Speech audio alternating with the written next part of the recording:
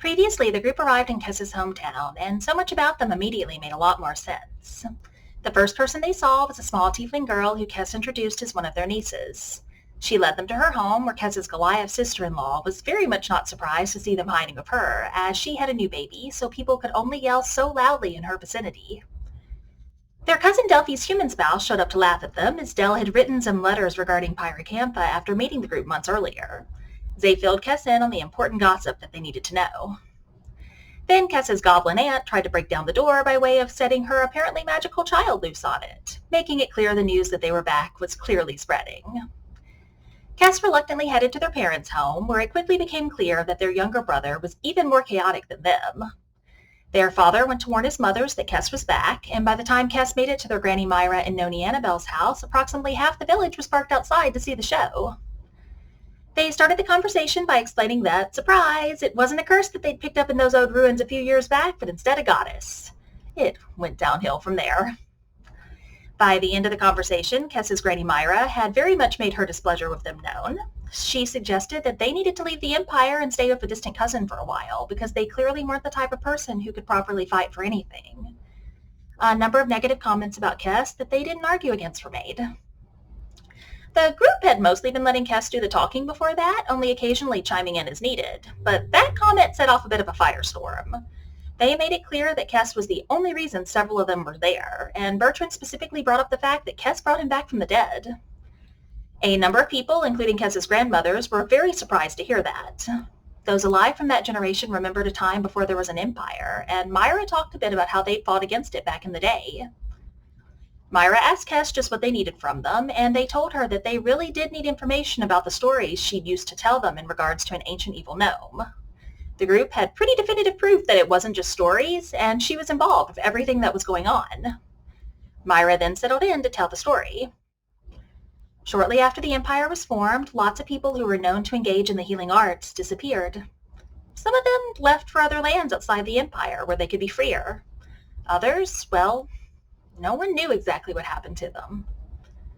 The woods far to the south came much further north back in those days, and rumors started to spread of a hag or some other type of being calling people in so that they were never seen again.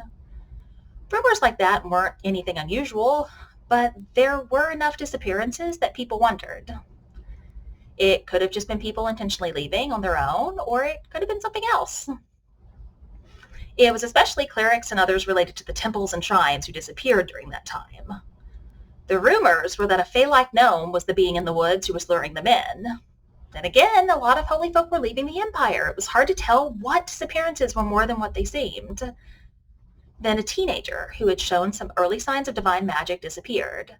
She had family, she had friends, she didn't have the means to travel anywhere, so when she went missing, that was enough for them to form a search party and go looking.